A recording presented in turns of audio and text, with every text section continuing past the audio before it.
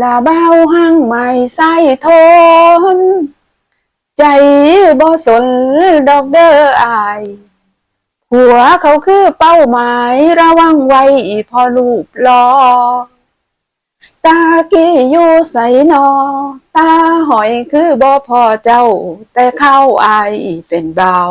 แวนและพรหมลิขิตมากลั่นแกล้งพอแถมแต่งดวงซาตาให้น้องมาพันพบผู้เพิ่นมีเจ้าของแล้วและแนวหัวใจมันพันเกี่ยวหันคือเกี่ยวบ่ยอมปล่อย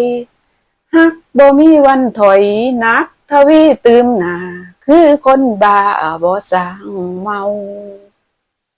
และได้หูจักเนาะฮักเจ้าเข้าเดือนสี่มีกันหลอนกลับมานอนคันฝันหวานวาดวิมานดอกเมืองแก้วและเครียดหลายเดเครียดให้แล้ว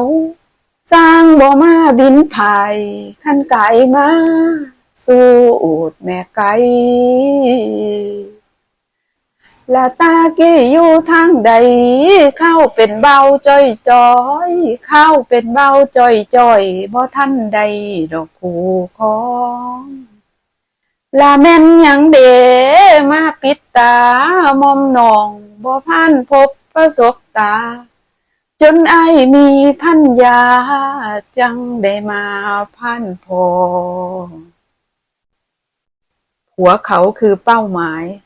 แม่อรสาใครอยากฟังไปพิมพ์เข้าไปฟังเลยจ้ะเพราะมาก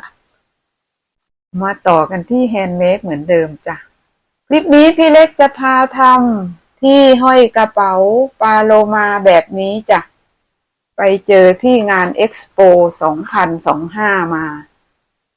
จะออกมาประมาณนี้จ้ะเดี๋ยวเราไปชมด้วยกันเลยจ้า